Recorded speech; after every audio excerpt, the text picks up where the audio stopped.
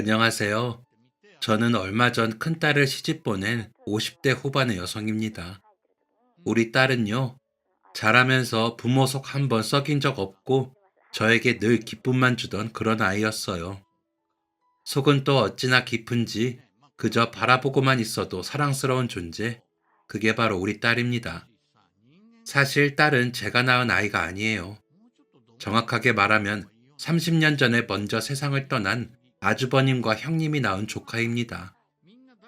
두 분을 하루아침에 황망하게 떠나보내고 그 장례식장에서 조카를 키우기로 한 것은 지금 생각해도 정말 잘한 결정이었다는 생각이 듭니다. 그날 이후로 조카는 우리 부부의 딸로 자랐습니다.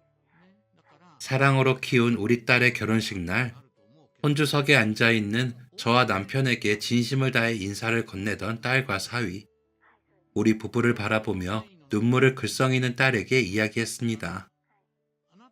희주야, 엄마 아빠의 딸로 살아줘서 정말 고마워.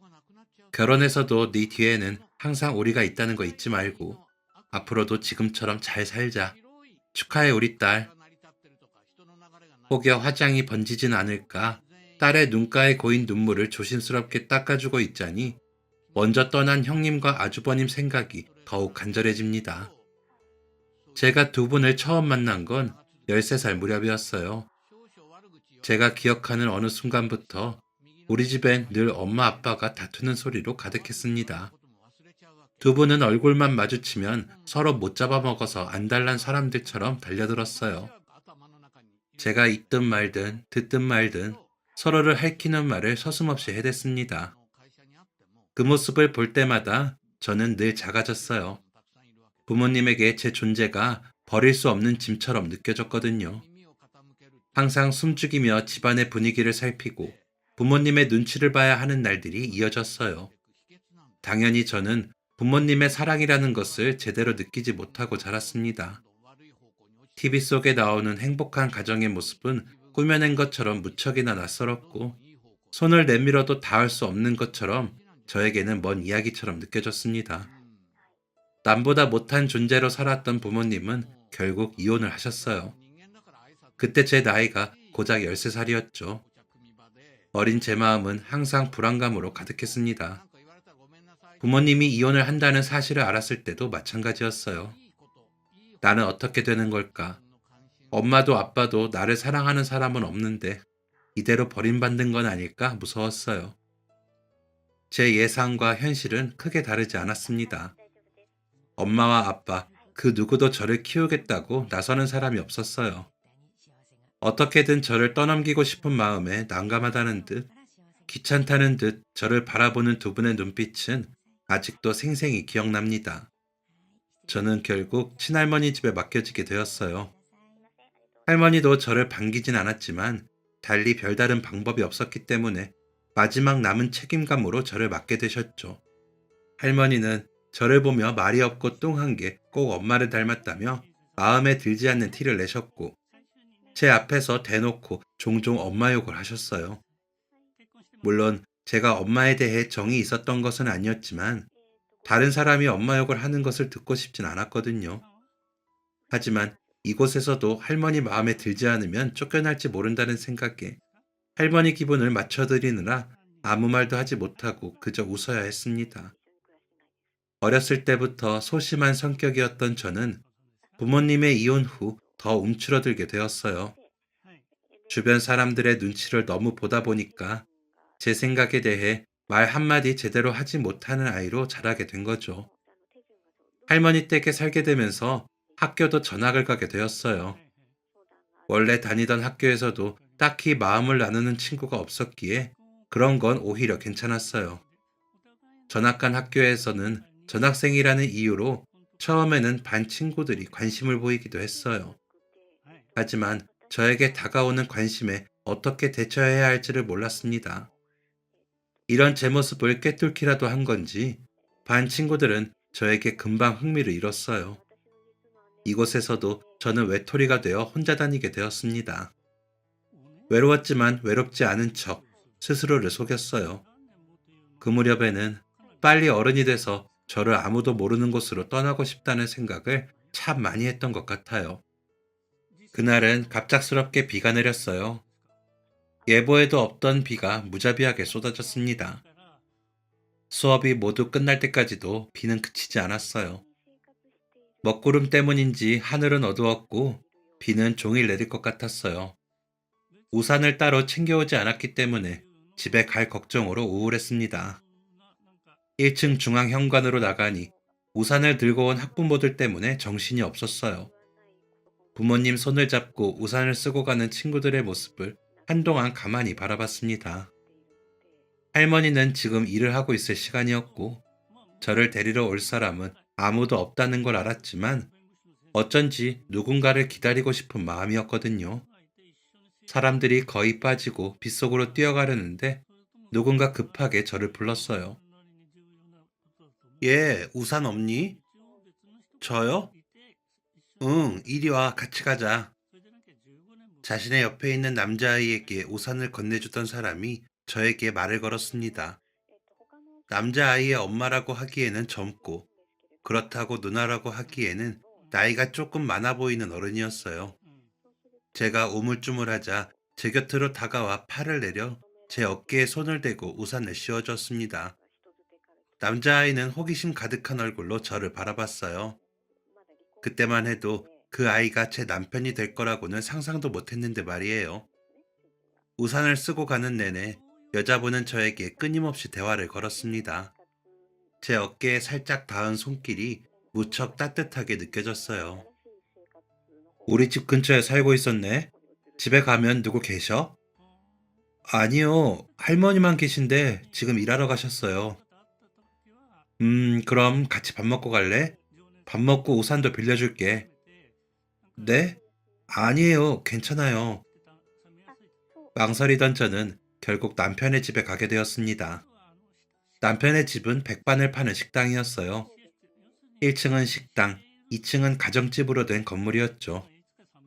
식당에서 재료를 손질하고 있던 남편의 부모님은 저를 보자마자 누구냐 묻지도 않고 금방 밥 차려주겠다며 따뜻한 보리차를 내어주셨습니다.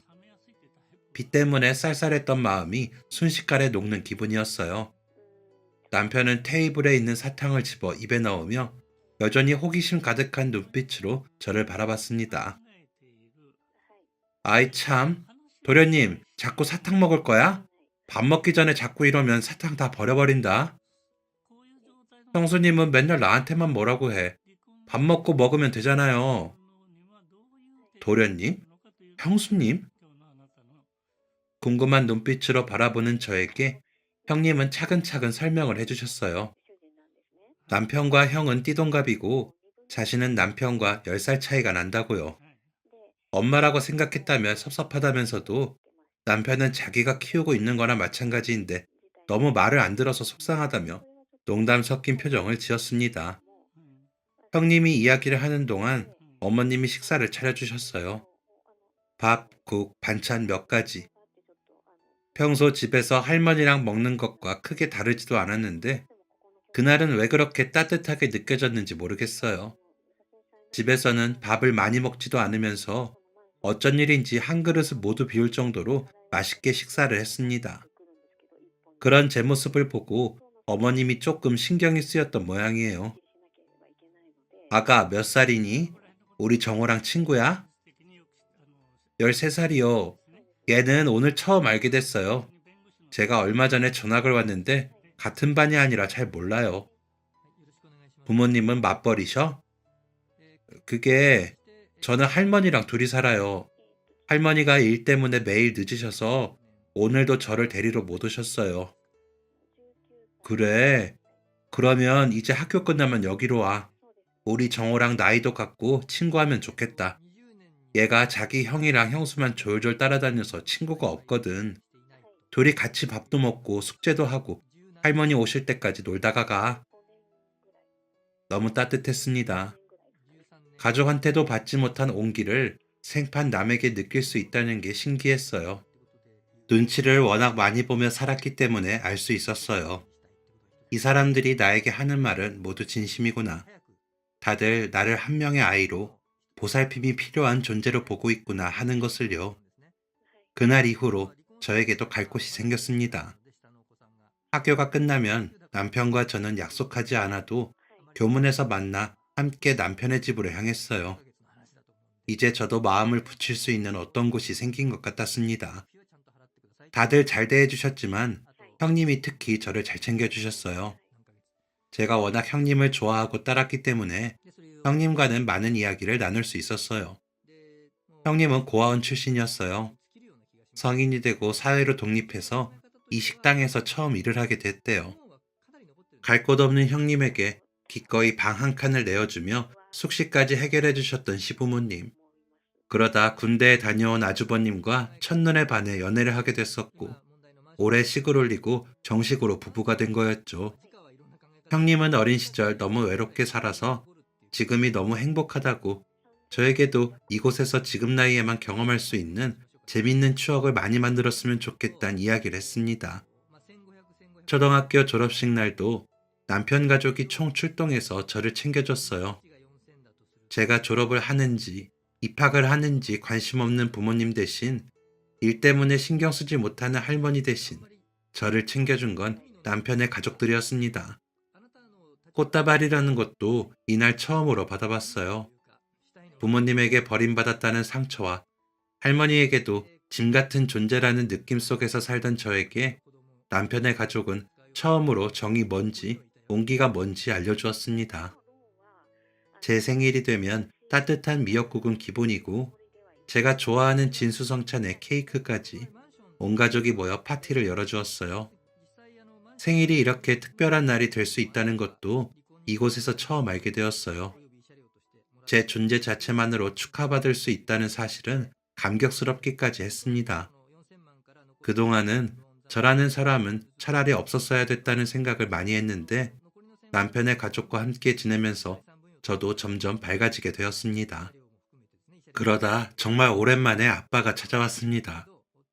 엄마는 이혼 후 아예 소식이 끊겼기 때문에 어떻게 지내는지 알 길이 없었고, 할머니만 간간히 아빠와 통화를 한다는 건 알고 있었거든요. 그래도 핏줄이라고 오랜만에 얼굴을 보니 내심 반가운 마음이 들었어요. 혹시 나를 데려가려고 온 걸까? 어렴풋한 희망에 마음이 들뜨기도 했습니다. 하지만 이번에는 제 예상을 전부 비껴갔습니다. 아빠는 할머니에게 새 가정을 꾸리게 됐다고, 이제는 정말 잘 살아볼 테니 제가 성인이 될 때까지만 잘 책임져 달라는 얘기를 하고 있었습니다.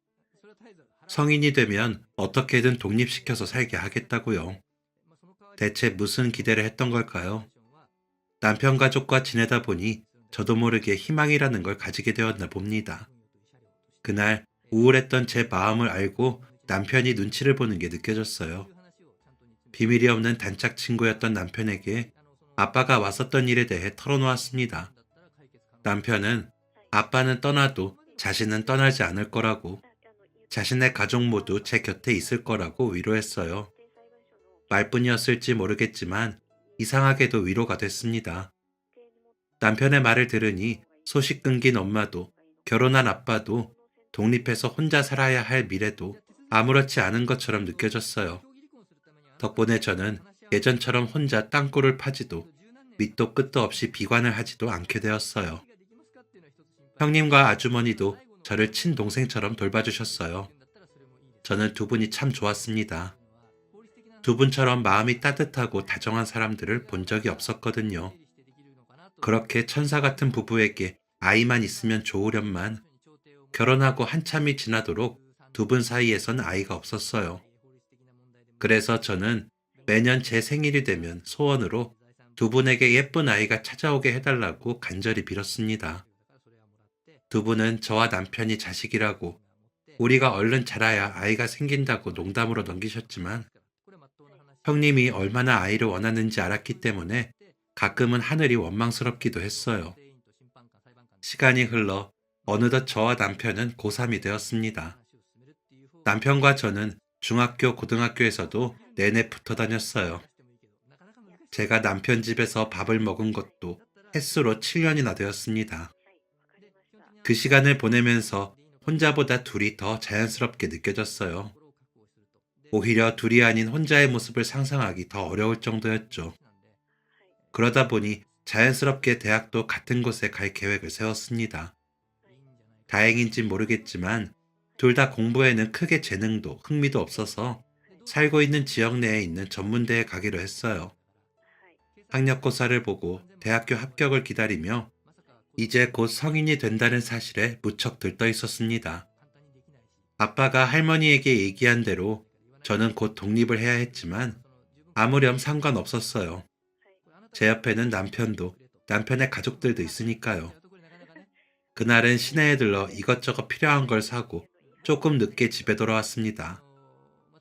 집에 돌아왔더니 옆집 아주머니가 왜 이제 왔냐며 다급하게 말씀하셨어요.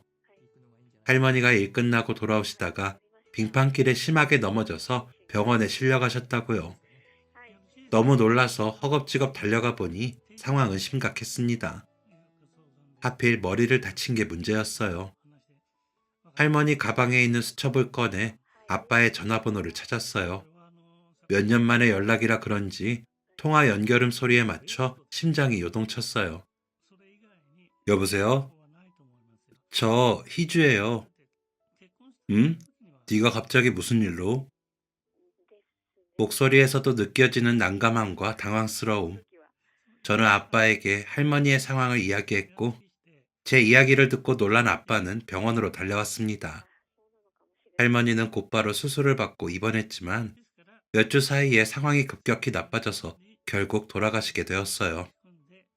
할머니의 장례식을 치르는 동안 남편의 식구들이 돌아가며 저를 챙겼어요. 아빠는 저를 이렇게 챙기는 사람이 있다는 사실에 내심 놀라면서도 묘하게 안심하는 것 같았습니다. 형님은 장례식 시작부터 끝까지 제 곁을 지켜주셨어요. 할머니와 각별한 사이는 아니었지만 7년 동안 한 집에서 살았던 정이 있었는지 저도 모르게 눈물이 계속 나더라고요. 이런 슬픔의 감정은 처음이라서 무서웠는데 형님이 옆에서 잘 챙겨주신 덕분에 버틸 수 있었습니다. 장례가 끝나고 아빠는 저에게 앞으로 어떻게 지낼 거냐고 물었어요. 이제 성인이니까 혼자 지낼 수 있지 않냐고 하더라고요. 저에게는 그 말이 꼭 자신이 새로 꾸린 가정에 제가 있을 곳은 없다는 것처럼 느꼈습니다. 저도 사실 아빠와 살고 싶은 마음은 없었어요. 그래서 앞으로 알아서 잘 살 테니 대학 학비까지만 책임져 달라고 했습니다. 아빠는 그렇게 하라고, 할머니 집도 저에게 가지라고 하더라고요. 그걸로 마지막 남은 마음의 짐을 덜고 싶어 하는 것 같았어요. 뭐가 이렇게 쉬운지 너무 깔끔해서 말이 나오지 않았습니다. 아빠와 제가 대화를 나누는 모습을 지켜봤던 형님은 말없이 저를 안아주셨어요. 희주야, 괜찮아.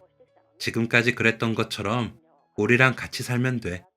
가족이 꼭 핏줄로 이어져야만 가족이 아니야. 네 가족은 우리야. 알지? 저 괜찮아요. 예전 같았으면 혼자 울고 괴로워했을 텐데 이젠 언니도 있고 정호도 있고 가족들도 있고 다 제 편이잖아요. 그래서 괜찮아요. 정말로요. 괜찮다는 제 말은 거짓말이 아니었어요. 물론 함께 있던 할머니가 떠난 상실감에 한동안 슬프고 괴로웠지만 주변 사람들 덕분에 상처는 금방 아물었습니다. 그날 이후 남편은 제 옆에서 한시도 떨어지지 않았어요. 대학 합격 발표가 나던 날 남편은 저에게 좋아한다고 고백을 했고 남편의 마음을 이미 알고 있었던 저는 그 마음을 받아주기로 했습니다. 남편이 좋은 것도 있었지만 남편의 가족이 좋기도 했어요. 저도 형님처럼 진짜 가족이 되고 싶었습니다. 남편과 같은 대학 다른 과에 다니면서 우리는 제법 풋풋한 연애를 했어요. 남편은 한 학기만 마치고 곧장 군대에 갔습니다. 저는 남편이 없는 사이 졸업을 했고 피부 미용을 전공해서 취업도 그쪽으로 하게 됐어요. 남편이 없는 동안에도 저는 늘 식당에 가서 남편의 가족들과 시간을 보내곤 했습니다. 제가 열심히 일을 하는 동안 남편은 제대를 했고 곧장 복학해서 서둘러 졸업을 했어요. 제대 후 바로 결혼하고 싶다는 남편에게 제가 학교는 졸업해야 결혼한다고 했거든요. 저와 남편도 형님과 아주버님처럼 조금은 이른 나이에 결혼식을 올리게 되었습니다. 법적으로 남편과 가족이 되고 제 마음은 더 안정을 찾게 되었어요. 가족들은 저를 더욱 아껴주었고 집안엔 웃음이 끊이지 않았습니다. 다만 호칭을 바꾸는 것이 어색해서 적응하느라 애 좀 먹었던 기억이 나네요. 그리고 우리 집에 기적 같은 일이 생겼습니다. 형님과 아주버님에게 그토록 바랐던 아기 천사가 찾아왔거든요. 가족들은 제가 복덩이라고 저랑 결혼하자마자 아기가 생겼다며 기쁨을 감추지 못했습니다. 겉으로는 괜찮다고 해도 누구보다 마음고생했을 형님이 좋아하던 그 얼굴은 평생 잊을 수가 없어요. 저와 남편은 제가 원래 살던 집에서 신혼생활을 시작했지만 집보다 시댁에서 더 많은 시간을 보냈어요. 달마다 배가 불러오는 형님 대신 틈날 때마다 식당 일을 도우며 예쁜 조카를 기다렸습니다. 그리고 마침내 형님은 무사히 출산을 했어요. 조카는 형님과 아주버님을 쏙 빼닮은 예쁜 공주였습니다. 집안에 아기 울음소리가 들리니 더없이 행복했어요. 식구들 모두 육아 도우미를 자처하며 형님과 함께 아기를 돌봤습니다. 제 팔뚝만한 존재가 꼬물거리는 모습을 볼 때마다 무척 신기했어요. 이렇게 작고 어여쁜 존재를 어떻게 사랑하지 않을 수 있을까요? 그런 마음이 들수록 우리 부모님이 이해되지 않았습니다. 그리고 다짐했어요. 형님이 낳은 이 소중한 아기에게 저도 사랑을 쏟아붓겠다고요. 모두가 조카를 키우느라 바쁜 와중에 남편은 회사에 적응하느라 정신없는 날들을 보냈습니다. 전문대를 졸업하고 일반 회사에 취직을 했는데 어찌나 회식이 많은지 사회생활 한다는 핑계로 항상 술에 취해 들어왔어요. 즐겁게 마시는 거면 모르겠는데 술만 마시고 오면 항상 피곤하다며 힘들어하는 모습을 보니까 슬슬 걱정되더라고요. 그런 날들이 계속 이어지다 보니 밤마다 깨서 화장실을 자주 들락거리기도 하고 밥만 먹으면 병든 닭처럼 졸리다는 이야기를 많이 했어요. 나 왜 이렇게 피곤하지? 자도 자도 피곤이 안 풀려. 무슨 회사가 회식을 5일 내내 해? 술 좀 적당히 마시면 좀 좋아? 이게 다 사회생활이지 뭐. 근데 출출하지 않아? 응? 밥 먹은 지 얼마 안 됐잖아. 배부르다고 해놓고 벌써? 남편을 보니 가만히 있으면 안 될 것 같다는 생각이 들었어요. 시아버지와 아주버님이 당뇨가 있었기 때문에 술 때문에 피곤하다는 핑계로 넘어가면 안 될 것 같더라고요. 혹시나 하는 마음에 병원에 갔는데 아니나 다를까 당뇨병 초기 진단을 받게 되었습니다. 집에서는 매일 약을 먹으며 관리를 해야 했어요. 병원에서는 먹어도 되는 것, 안 되는 것, 평소 어떤 운동을 해야 하는지까지 친절하게 안내해 주셨어요. 남편은 당뇨병 진단을 받았다는 사실에 괴로워했습니다. 자신만은 피해갈 줄 알았는데 결국 걸리고 말았다면서요. 시댁 식구들 반응도 남편과 비슷했어요. 기어이 올게 오고 말았다면서 지금부터 관리 잘해야 한다고 여기저기서 조언을 해주셨습니다. 식단을 챙기는 것이 가장 중요한 일이었는데 형님과 아주버님이 신경 써주신 덕분에 훨씬 수월하게 지낼 수 있었어요. 이것저것 챙길 게 많아지면서 끼니는 거의 시댁에서 해결하게 되었습니다. 시댁에 갈 때마다 귀여운 조카를 보는 것이 정말 큰 힐링이었어요. 아직 아빠, 엄마, 작은아빠, 작은엄마의 개념이 없는 조카는 저와 남편에게도 엄마, 아빠라고 불렀어요. 그 작은 입으로 저를 향해 엄마라고 말하는 소리를 들을 때마다 저도 빨리 예쁜 아이를 갖고 싶다는 생각이 간절해졌습니다. 그럴수록 남편의 건강을 더 철저하게 신경 쓸 수밖에 없었어요. 어느덧 조카는 3살이 되었습니다. 말이 빨리 트일 때부터 똑똑하다고 생각했지만 제가 옆에서 지켜본 조카는 또래 아이보다 훨씬 발달이 빠른 것 같았어요. 특히 말귀를 정말 잘 알아들어서 가져다 달라는 것도 척척 가져오곤 했어요. 그럴 때마다 온 식구들이 우리 아가는 영재가 분명하다며 한마디씩 호들갑을 떠는 모습이 일상이었습니다. 아이는 형님과 아주버님을 닮아 성격이 워낙 순했기 때문에 제가 혼자 돌보는 것도 수월했어요. 덕분에 두 분에게 일이 있을 때마다 어렵지 않게 아이를 볼 수 있었죠. 아이를 낳고 오래 자리를 비운 적이 없던 형님과 아주버님이 정말 오랜만에 주말을 맞아 지방으로 부부 동반 모임을 가신다고 하루만 아이를 돌봐달라고 했을 때도 크게 걱정되지 않았습니다. 자리를 비운 형님과 아주버님 대신 남편이 시부모님을 도와 식당 일을 하기로 했고, 저는 조카를 독차지하기로 했습니다. 똑같은 놀이를 수십 번 반복하고 똑같은 책을 여러 번 읽어도 질리지 않았어요. 똑같은 행동에도 매번 다른 반응을 보이는 조카의 모습이 마냥 귀여웠습니다. 조카보다 제가 더 신나서 정신없이 놀았던 것 같아요. 엄마 아빠가 없는데도 기특하게 울지도 않고 씩씩하게 노는 조카가 마냥 대견하게 느껴졌습니다. 다음 날 아침, 일찍부터 저를 깨우는 조카의 손길에 눈을 떴어요. 형님이 미리 준비해둔 아침을 챙겨 먹이고 조금 놀아주고 씻기고 났더니 점심시간이 훌쩍 다가오고 있었어요. 조카의 머리를 말려주며 TV 뉴스를 보는데 속보가 나오고 있었습니다. 무슨 일인가 싶어 유심히 보는데 지방에서 서울로 오는 고속도로에서 추돌 사고가 크게 났다는 내용이었어요. TV에서는 헬기로 찍은 사고 영상이 송출되고 있었고, 한눈에 보기에도 굉장히 처참해 보였습니다. 형님과 아주버님도 집으로 오고 있을 텐데 별일 없을 거라는 걸 알지만 괜히 마음이 불안했어요. 그때 전화벨 소리가 시끄럽게 울렸습니다. 깜짝 놀라서 쳐다보니 남편이 전화를 받고 있었어요. 그리고 남편은 그대로 수화기를 떨어뜨리고 말았습니다. 전화를 건 사람은 경찰이었어요. 경찰은 형님과 아주버님이 제가 보고 있던 TV 속 추돌 사고의 피해자라고 말했고, 손 쓸 틈도 없이 현장에서 세상을 떠났다고 했습니다. 근처 큰 병원으로 옮기고 있다는 말에 우리 가족은 모두 병원으로 향했어요.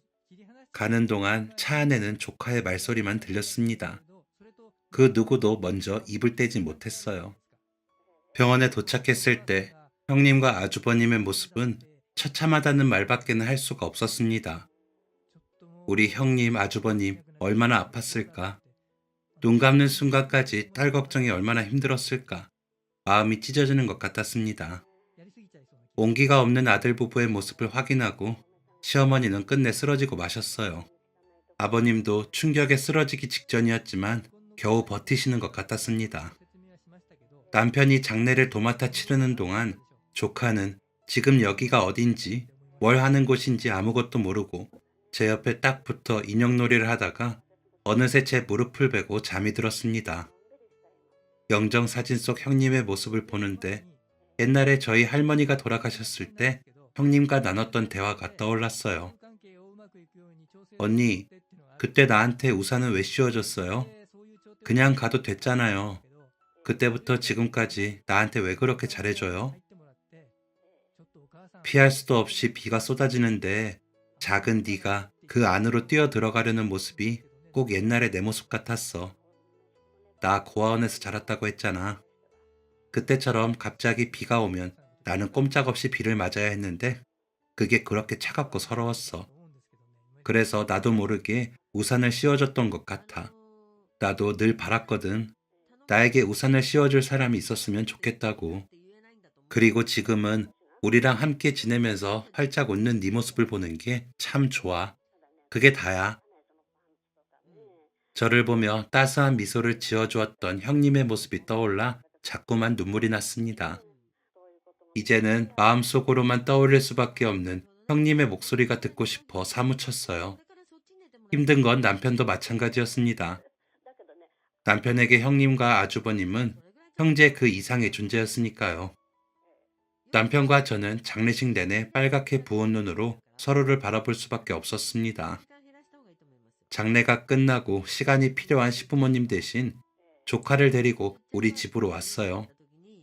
차 안에서 한참 떠들다가 잠든 조카를 방에 눕혀놓고 살피고 있는데 남편이 다가오는 게 느껴졌습니다. 울지도 슬퍼하지도 못하는 남편의 표정을 보고 저는 며칠 동안 생각했던 이야기를 꺼냈어요. 여보, 희주 우리가 키우자. 뭐, 진짜야? 응. 형님이랑 아주버님 보내면서 생각한 거야. 어머님, 아버님은 가게 일도 바쁘고 연세도 있으신데 희주 키우는 거 쉽지 않으실 거야.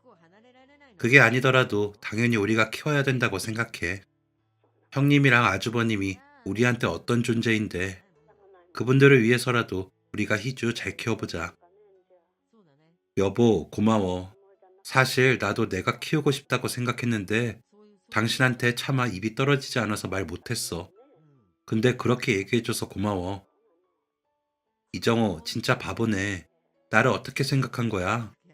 내가 형님이랑 아주버님한테 받은 은혜가 얼마나 큰데 그거 갚으려면 아직 한참 모자라지만 희주 잘 키우는 걸로 갚아 나가자. 우리 딸처럼 정말 잘 키우자. 우리 희주 절대 외롭지 않게 부모 사랑 느낄 수 있게 우리가 잘하자. 제 말에 남편은 장례식장에서도 참아왔던 눈물을 쏟아냈습니다. 어찌나 서럽게 울던지 저까지 참을 수 없을 정도였어요.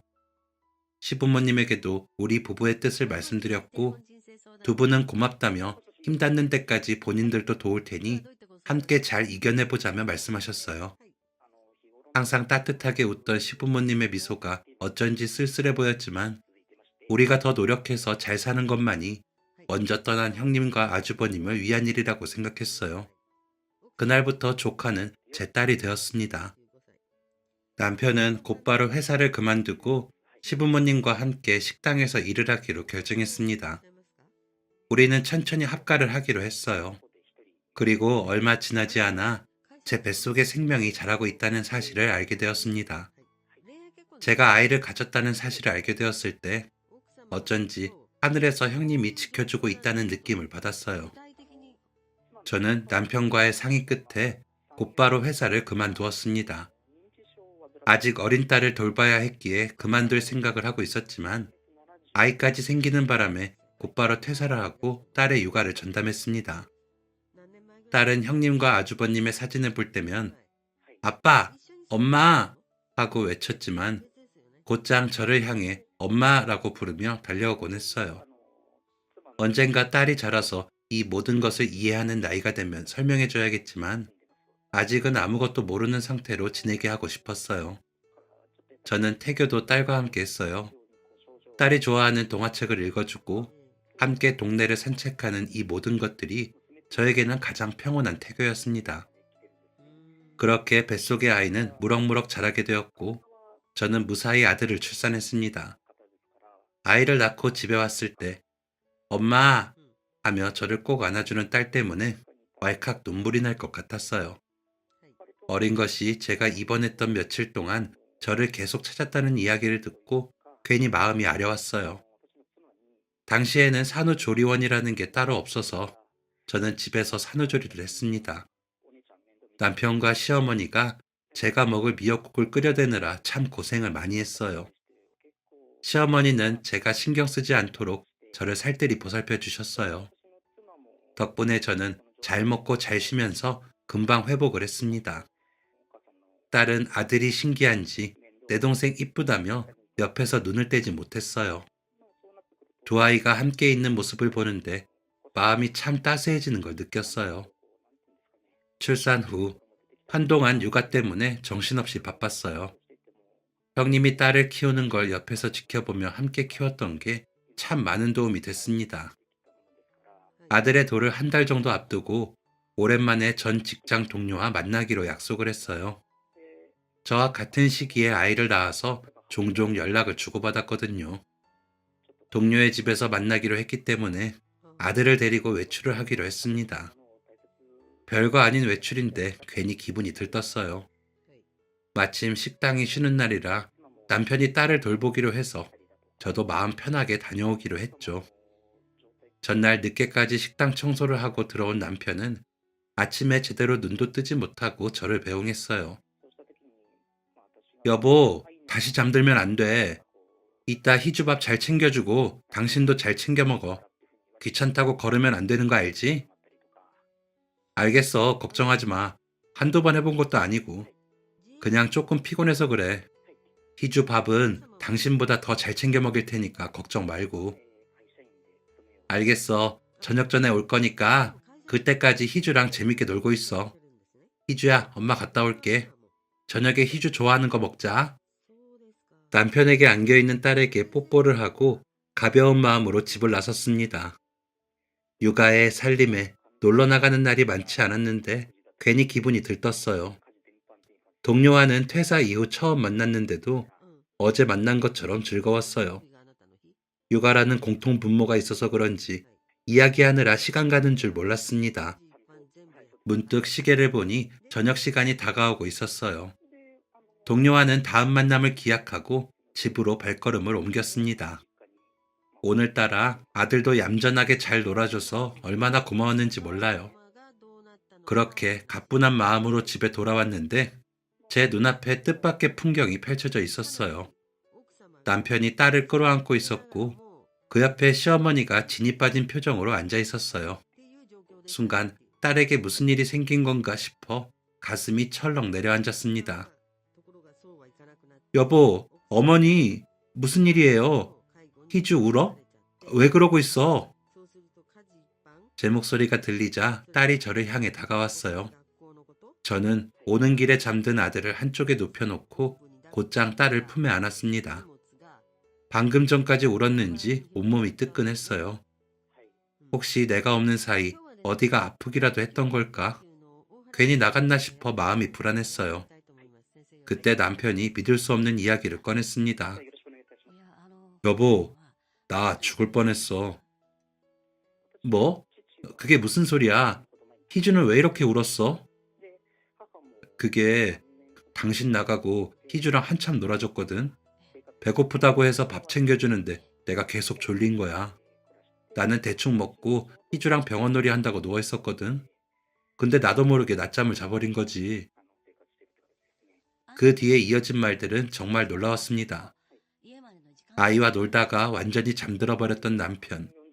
당뇨가 있었던 남편은 요 며칠 과로가 쌓일 대로 쌓인 상태였고 식사까지 제대로 챙기지 않았던 탓에 잠든 상태에서 저혈당 쇼크가 왔다고 했어요.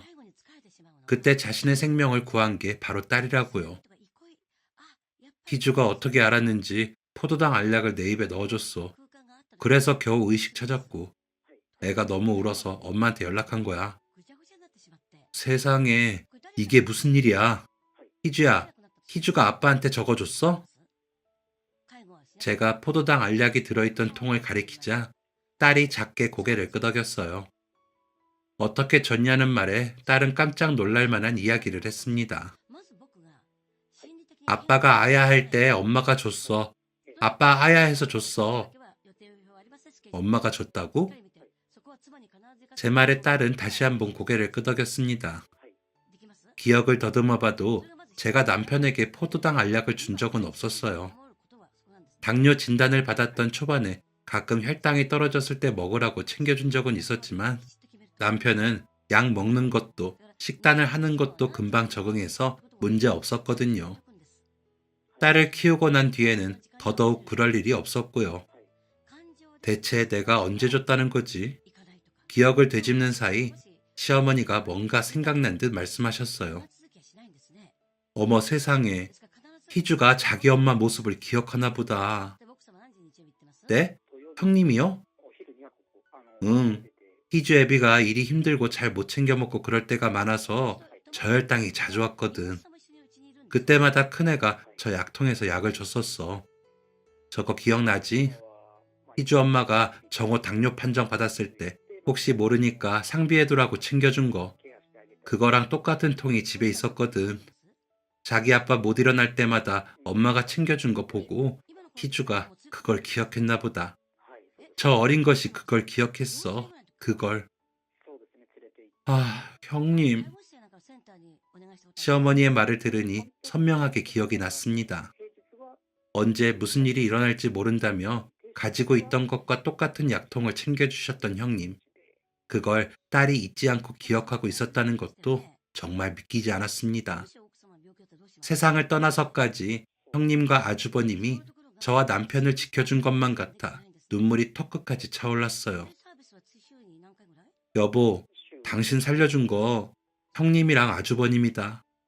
어떻게 이런 일이 다 있니? 이렇게 어린 내가 어떻게 그걸 알고 당신을 살렸을까? 희주야 고마워. 아빠 살려줘서. 아빠를 지켜줘서 엄마가 정말 고마워. 형, 형수, 제 말에 남편은 감정을 주체하지 못하고 눈물을 흘렸어요. 그 사이 제품에서 놀란 마음을 진정시킨 딸은 천사 같은 얼굴로 잠에 빠져들고 있었어요. 깊은 잠에 빠진 아들 옆에 딸을 눕히고 우리 부부는 간만에 형님과 아주버님과의 추억을 떠올리며 이야기꽃을 피웠습니다. 시어머니도 옆에서 거들면서 두 분이 떠나고 정말 오랜만에 편안하게 이야기를 나눴던 것 같아요. 곤히 잠든 두 아이를 바라보며 다시 한번 맹세했습니다. 내가 줄 수 있는 모든 사랑을 두 아이에게 주겠다고요. 제 손가락을 꼭 잡고 있는 딸의 손은 여전히 작았습니다. 이 작은 손으로 어떻게 남편을 구했을까? 시어머니의 말씀대로 정말 형님과 아주버님이 하늘에서까지 지켜준 것 같았습니다.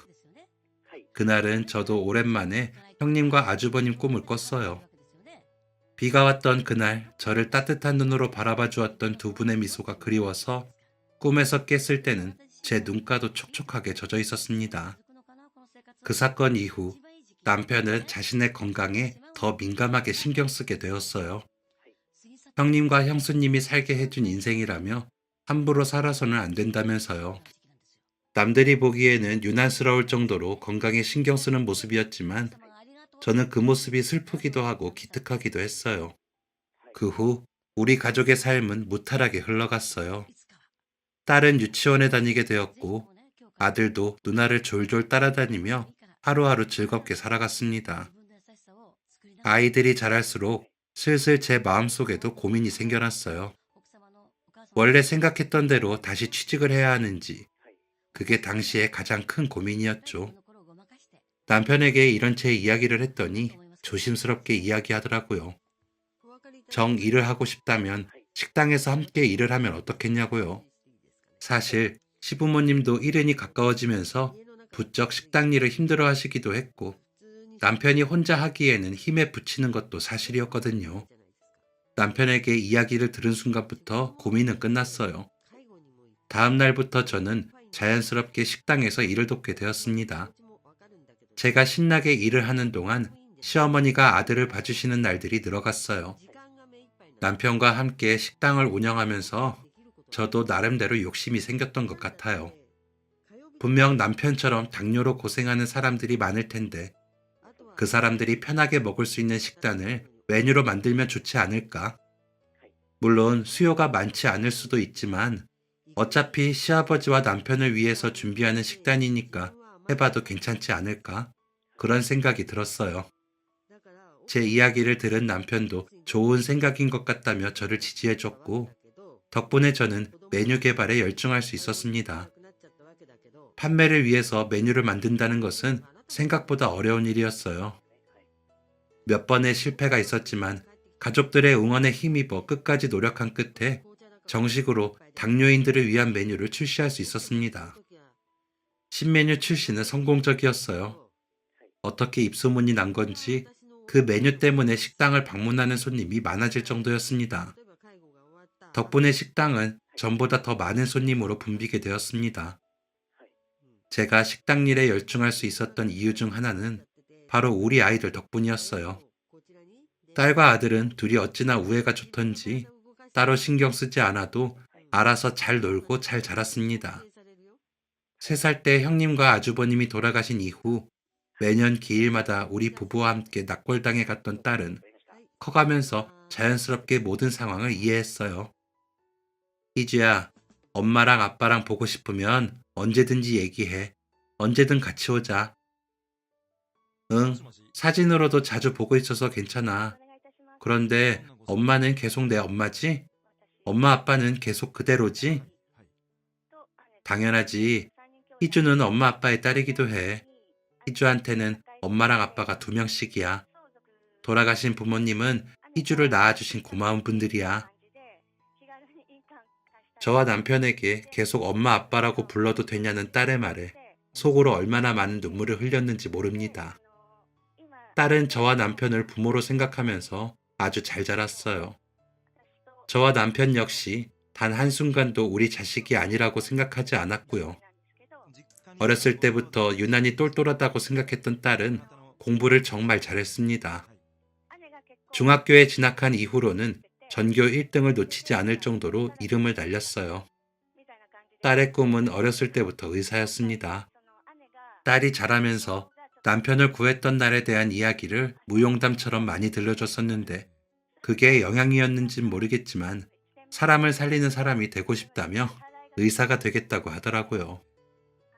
그렇게 큰 꿈을 가지고 열심히 노력했던 딸은 서울에 있는 명문대학교의 의대에 합격하게 되었습니다. 딸이 의대의 꿈을 가지고 노력하는 동안 그 모습을 그대로 보고 자랐던 아들도 의사가 되겠다는 꿈을 가졌어요. 워낙 누나를 따르고 좋아했던 녀석이라 크게 놀라운 일도 아니었죠. 엄마, 나 결심했어. 나도 의대에 갈 거야. 응? 희용이 네가 의대에? 내가 생각하기에 세상에서 제일 멋진 사람이 누나거든. 물론 엄마 아빠 다음으로. 나도 누나처럼 멋있는 사람이 되고 싶어. 그래서 지금부터 공부할 거야. 진짜야? 맨날 누나한테 공부 그만하고 놀자고 조르더니 아드님이 갑자기 철이 들었네. 누나가 알면 좋아하겠다. 저에게 의사가 되고 싶다는 포부를 내비치고 아들은 그날부터 정말 열심히 공부에 매달렸습니다. 딸이 아들에게 머리는 좋은데 공부를 안 해서 문제라고 했던 말이 진짜였는지 아들이 공부를 시작하자 성적이 눈에 띄게 오르기 시작했어요.